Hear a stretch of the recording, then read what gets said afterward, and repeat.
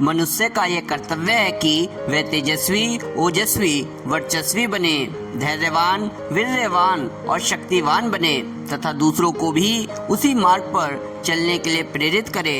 इसी में मानव जीवन की सफलता है।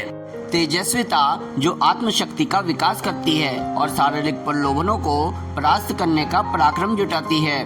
तेजस्विता आयु में नहीं वृत्ति में होती है। ये बाह्य नहीं आंतरिक होती है। वह ऊपरी नहीं स्वभाव में समाई होती है। इससे मुखमंडल पर आभा रहती है। दूसरी जरूरी चीज है शारीरिक बल।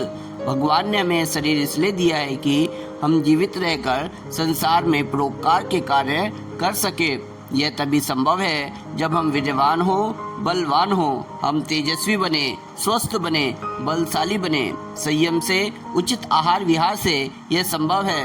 इन तीनों के आ जाने से आत्मिक तेज जागृत हो जाता है। मनुष्य ओजस्वी बनता है। तेज, वीर्य, बल, ओज से परिपुष्ट मनुष्य संसार में सब कुछ कर सकता है। बड़ी से बड़ी मुसीबतें भी उसका मार्ग नहीं रोक सकती। जो वह संकल्प कर लेता है वह अवश्य ही पूरा होता है। वो जो कह देता है उसका दूसरे पर प्रभाव पड़ता है। उसकी बात को टालने का साहस भी कोई नहीं कर पाता। पर इतने से भी काम नहीं चलेगा। हमारे भीतर अन्याय के विध्वंस के लिए स्वाभाविक अग्नि सदा जलती रहे। इसके साथ हमारी आत्मा में असीम सहन शक्ति भी रहे, जिससे हम घोर से घोर मुसीबतों में भी सदैव हंसते रहे और सत्य के मार्ग से ना डिगे।